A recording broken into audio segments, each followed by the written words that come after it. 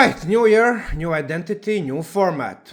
Let's go. This is a video about a level 1 to level 20 concept based on a D&D character that I've been playing in Baldur's Gate Descent into Avernus campaign. It is a so-called Sorcadin, a mix between a Sorcerer and a Paladin, which I found exceptional at dealing with all sorts of fiends, prowling the first of the 9 Hell's algorithm layers. It is a character fervently on the hunt for infinite amount of likes, comments and subscribers, to the devil's devious plots and schemes. Jokes aside, in my opinion, Tasha's custom lineage or a good old variant human are the top 2 racial choices. This is because you immediately gain a feat at level 1 with either of those, and more feats as early as possible is something I find very beneficial whenever I play any kind of Sorcadin. I personally prefer custom lineage because, number 1, it's a blank slate for any kind of character roleplay, and number 2, I personally always like 60 feet of dark vision and a +2 bonus to an ability of my choice. However, you cannot and won't go wrong if you opt for a variant human. As long as you get that level 1 feat right away, it doesn't really matter that much. Point buy distribution is also gonna slightly differ depending on the racial choice, with custom lineage allowing you for a 16 in 2 ability scores, while variant human can have it in 3. Background selection also affects the flexibility of this character to some extent. If the DM does allow you to pick one of the Ravnica backgrounds, then Orzhov representative stands out to me as both a thematic and power building fit, allowing you to pick both the guidance cantrip as well as spirit guardians at higher levels. If Ravnica backgrounds are not on the table, then something stereotypical like Knight of the Order would fit this character. At least that's probably what I would go for. The tried and tested trio of feats, Resilient, Sentinel and Warcaster, ensures this Sorcadin is as capable, lethal and efficient as any other. If you have never ran a Sorcadin with these 3 feats, I suggest you try it because I think you will just find it very appealing in any type of combat encounter, and outside of combat you already have plenty of things to do anyway. So it's gonna be a very engaging character, at least I think so. Now, I also think that starting in Paladin is still overall better than starting in Sorcerer. You immediately get proficiencies in heavy armor, wisdom saving throws, on top of higher maximum hit points, resulting in just a bit better tankiness and staying power on both lower and higher levels. The usual assortment of powerful features like Divine Smite, ability score improvement, extra attack and aura protection are there, which is why you definitely want to stick with the Paladin up to level 6. The reason to pick Oath of Watcher's Paladin subclass specifically is because at level 3 you gain the Abjure, the Extraplanar Channel Divinity, a primary crowd control tool in your arsenal. It affects a ton of creature types.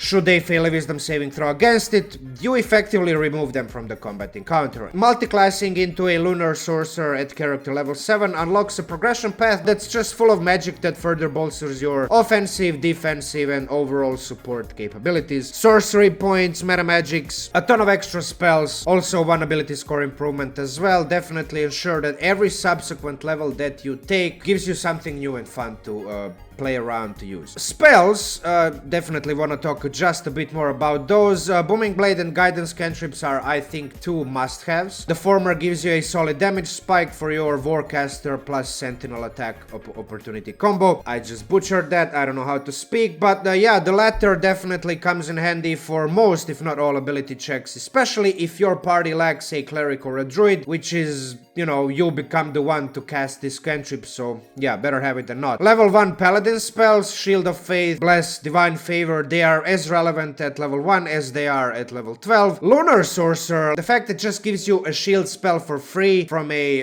subclass feature makes it just a tad bit easier to grab Absorb Elements and Silvery Barbs as soon as possible. And then for level 2 spells, going back to Paladin, Find Steed for mobility and aid for support and hit points. Definitely something that you want to go for. Shadow Blade is still one of the best and most dependable martial spells in the game, especially in the hands of a sword mage like you. Definitely can stack up a lot of damage with a single hit. In order to do that, you want to get Misty Step as well, which is, you know, getting out of grapples, escaping Wall of Force and that type of stuff. Just overall even more mobility is what you want to go for. At character level 11 you finally gain Sorcerer's level 3 spells like Counterspell, Fireball, Lightning Bolt and Haste, and also you gain Spirit Guardians, which is, you know, the thing that you gain from the Orzhov representative background, which is, as we've already established, the background that you probably want to go for. It's kind of like your top pick. Now, due to spending some time myself playing this character, I do want to quickly talk about a couple of magic items. First and foremost, Crystal Double-Bladed Scimitar single-handedly opens up a free bonus action attack, on top of a free damage bonus, which is very comparable to the one provided by the Shadow Blade spell itself, assuming that you cast it with a level 2 spell slot. In other words, this is a very hefty resource saver. Using this basically means that you don't have to waste your sorcery points on Quickened Booming Blade, and also it means that you don't have to waste your spell slots on casting Shadow Blade spell. Amulet of the Devout definitely makes your crowd controlling channel divinity doubly annoying because you now get one more use of it, and also it stacks additional overall spellcasting bonus on top of the already chunky bonus that you gain through the Bloodwell of Vials massive boost to your pool of sorcery points. You can never have enough armor, you know, any kind of bonus, even just adamantine armor. All of that is good, better than nothing. And if your campaign is full of hostile magic, then Mantle of Spell Resistance is probably better on you than anybody else because you already have high saving throw bonuses, and with this they become even more prominent. Progression is pretty simple. I mean, 6 levels in Paladin first and then 6 levels in Sorcerer for all the magic toys. You kind of peak out at level 9, maybe level 10, somewhere around there when you finally unlock the Sorcerer's meta magics, but if you have a generous DM, you just get a bit lucky and magic items like the ones that we've talked about a minute or so ago. If you get any of them, or if you even get better ones, then those can speed this progression up and maybe even make you more powerful at the last couple levels with this character. Now, in terms of roleplay, if we are to keep things more generic and stereotypical, then I definitely think this is one of the paladins that is more of a hardline lawful good or lawful neutral kind of character, because it kind of befits any Oath of the Watcher's paladin to be such, as it is one of the stricter paladin paths. Now, lunar sorcery specifically can even further bolster your convictions, because after all, the subclass feature provides you a free buffed up version of a Sacred Flame, which is a stereotypical cleric and as of late paladin cantrip. I will post a deeper, more detailed dive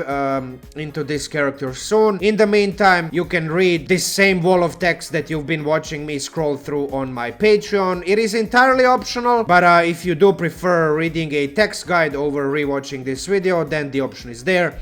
Link in the description below, obviously. Don't forget to like, subscribe, and ring a bell if you're already scrolling down. As always, big shout out to all of my current patrons. Thank you for your continued support. There will definitely be more videos this year than last year. I'm both playing Baldur's Gate 3 and waiting for 1D&D, so there definitely will be plenty new content in the weeks and months to come. But with or without, Darth Bobber out. Talk to you soon.